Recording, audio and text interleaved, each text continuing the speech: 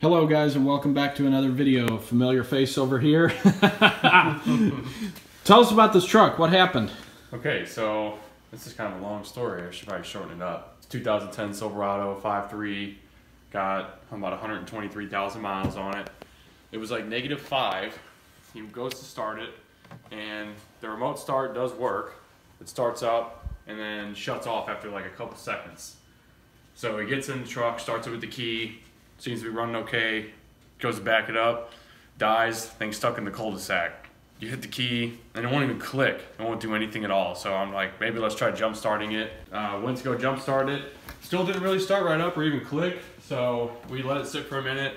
Eventually it started up, took jumper cables off, died again in a couple seconds. So we eventually got it to where we could jump start it and, you know, got it idled into the driveway. And the interesting thing is when it was running, the battery light was on, the stability track light was on, check engine light was on, and there was no throttle response whatsoever. It would be stuck on idle only. So anyways, we had somewhere to go. Next day, his dad put a battery in it, because that's what we thought it was.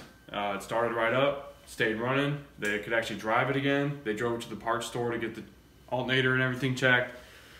Died while they were sitting there at idle waiting for him to test it out. So from there they got it started again, drove it to like a tire store type place, and wanted to get it diagnosed, wanted to get the alternator looked at, battery, make sure it's all good. So the next day they said, we can't find anything wrong with it. And they're like, hasn't died on us. The charging system's fine, so we're gonna keep it for another day and keep trying it and see what we can figure out. So the next day comes around and they're like, there's a couple codes in here for the computer. There's a P0604, which is specifically an ECU, or like a control unit RAM fault. So they're like, you know, the charging system's fine, thing needs a computer. And I'm like, get that thing out of there. I was like, we both saw the charging light on. It was acting crazy. It just needs an alternator, you know. So that night, we go pick it up. I fire it up. Voltmeter goes right up past 14 where it should. Only thing that goes on is a check engine light, not running weird, no other lights. So I'm like, maybe they were onto something. So drove it home, put the voltmeter on the alternator, charging right at 14.9 volts, right where it should be.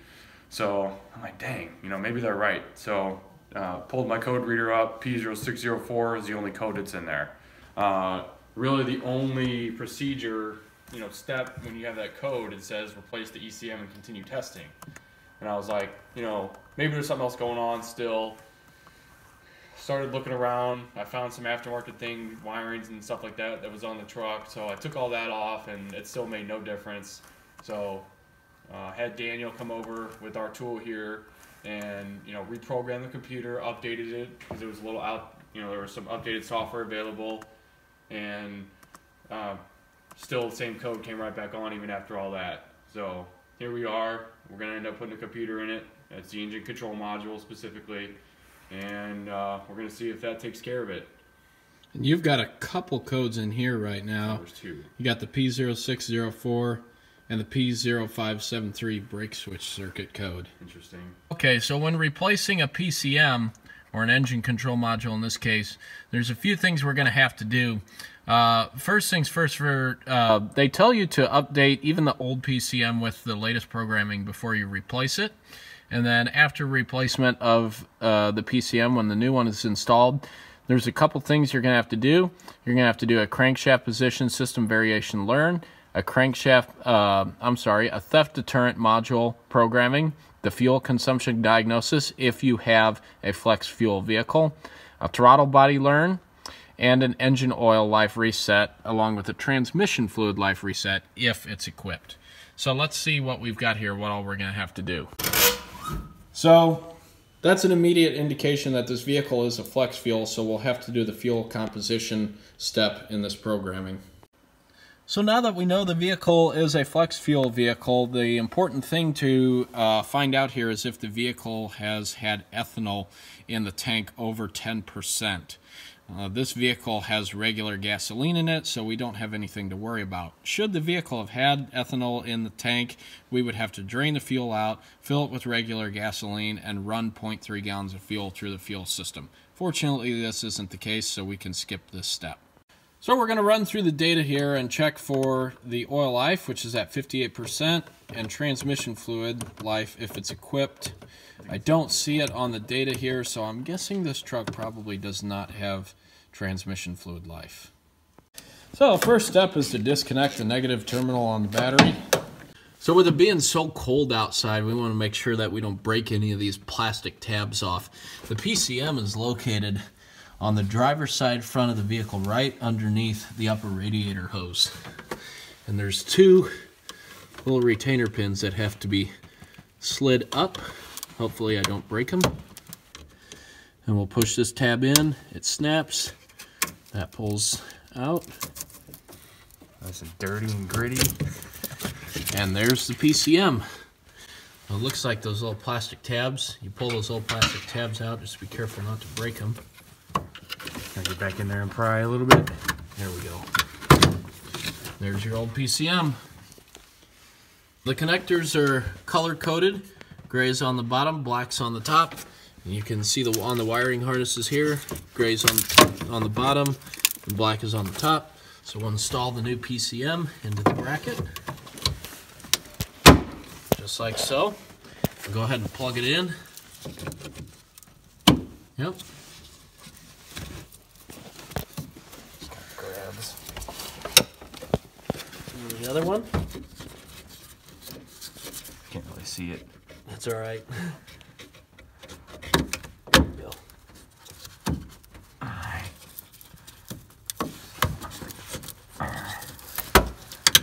Perfect. Yeah, it's a good snap. And then I'll just slide those little retainers back in with the pocket screwdriver here. There we go. They're in. And that's literally all that's to replacing it. Now we'll reconnect the battery and program it.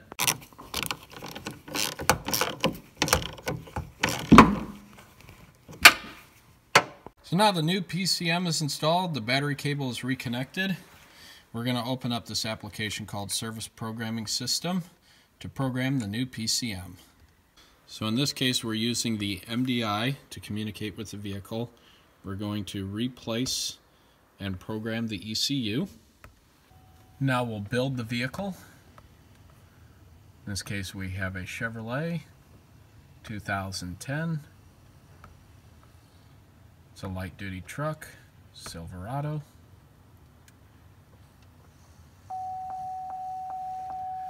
Vehicle's gonna make some sounds while it's communicating with the computer. Now this is an important step you don't want to get wrong. You have to enter the VIN correctly, exactly into the computer in order for it to communicate properly with all the other modules. So we're gonna enter the VIN here. After entering the VIN, it brings us up to this next selection here where we select Engine Control Module Programming. We've removed the existing controller and installed the new one. The ignition is on, so let's click Next.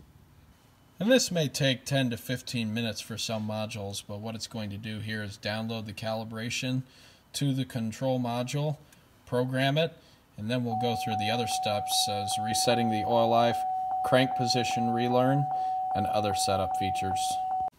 So once the module controlling has completed, you'll get the screen here. In case this was a warranty job, they're going to give you a warranty claim code. So what we'll do is we'll clear all DTCs. It'll clear out all the codes that were set while the engine control module was being reprogrammed. And then we're going to relearn the throttle body, the crank position, and perform a theft deterrent relearn. We're going to relearn the engine idle. This is done with the ignition on, engine off. We'll go to module setup and go to idle learn reset with the Tech 2 interface here.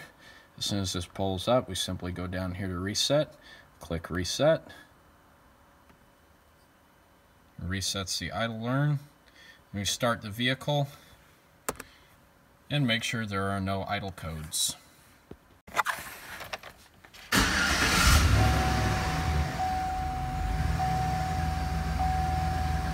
So as you can see, the check engine light is on. We have yet to perform the crankshaft learn, and that's why the check engine light's illuminated. Now that the idle learn is complete, we'll perform the crankshaft position variation learn. There's several steps they give you here in this procedure.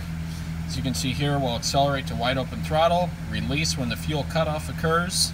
So here we are, we've reached the minimum coolant temperature requirement, which is 163 degrees. Now we accelerate to wide open throttle and release when the fuel cutoff occurs. So here we go.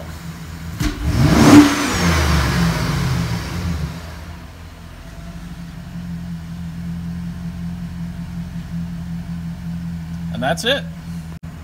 And as you can see, the check engine light is also off now, indicating the procedure is complete. Last but not least, we'll reset the oil life. We'll put the key back in the run position. We'll go down here to oil life reset.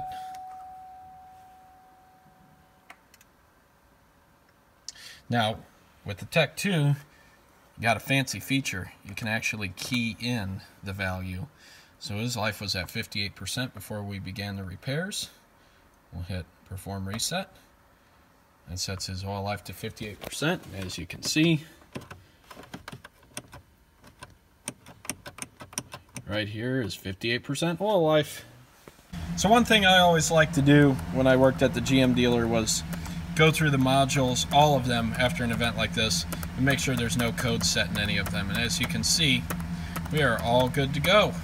So I hope that video helped you guys out. I know there's not many people out there who have the Tech 2 software and a GM multiple diagnostic interface, but should you have a GM product with a P0604 code and check engine light, now you know what needs to be done to fix the problem.